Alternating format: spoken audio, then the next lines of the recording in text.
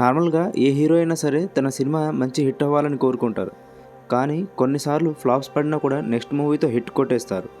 కానీ ఇప్పుడు చెప్పబోయే హీరోలు మాత్రం ఒక హిట్ మూవీ తర్వాత మళ్ళీ బ్యాక్ టు బ్యాక్ ఫ్లాప్స్ని తీస్తున్నారు. నెంబర్ 1 రవితేజ. మాస్ మహారాజ్ రవితేజ కూడా ఒక మంచి హిట్ మూవీ కోసం ఎదురు చూస్తున్నారు. అప్పుడు 2022లో వచ్చిన ధమాకా మూవీతో మంచి హిట్ అందుకున్నా కూడా ఆ తర్వాత మళ్ళీ వరుసగా ఫ్లాప్స్ని అందుకుంటున్నారు. రీసెంట్గా వచ్చిన మాస్ జాతర మూవీ అయితే ఆడియన్స్ని బాగా డిసప్పాయింట్ చేసిందని చెప్పాలి. నెంబర్ 2 రామ్ పోతినేని.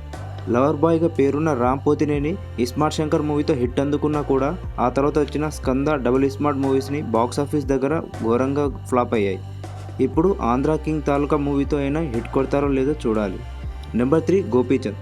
ఎప్పుడు 2014లో వచ్చిన లౌక్యం మూవీతో మంచి కంబ్యాక్ అందుకున్న గోపీచంద్ అన్న మళ్ళీ ఆ తర్వాత డిఫరెంట్ కాన్సెప్ట్ మూవీస్తో వచ్చినా కూడా ఏ మాత్రం బాక్సాఫీస్ దగ్గర హిట్గా నిలవలేదు. కానీ వాటిలో గౌతమ్ నంద మూవీ మాత్రం మంచి ఆదరణ పొందింది. ఇప్పటికీ కూడా ఒక మంచి కంబ్యాక్ కోసం ఎదురు చూస్తున్నారు. నెంబర్ 4 శర్వానంద్. రన్ రాజా రన్, శతమానం భవతి, ఎక్స్ప్రెస్ రాజా వంటి బ్యాక్ టు బ్యాక్ హిట్స్ కొట్టిన శర్వానంద్ ఆ తర్వాత వచ్చిన ఏ మూవీ కూడా ఆడియన్స్ని అంతగా ఇంప్రెస్ చేయలేకపోయింది. ఒకే ఒక జీవితం మూవీ కలెక్షన్ వైజ్ హిట్ అందుకున్నా కూడా అనుకున్నంత హిట్ మూవీ అయితే ఇంకా రాలేదు. నెంబర్ 5 నితిన్. దిల్, ఇష్క్, జయం లాంటి వరుస బ్లాక్ బస్టర్ హిట్స్ చూసిన నితిన్ అన్న ఇప్పుడు మాత్రం వరుసగా ఫ్లాప్స్ని చూస్తున్నారు. భీష్మ మూవీ తర్వాత ఏ ఒక్క మూవీ కూడా హిట్ కాలేదు.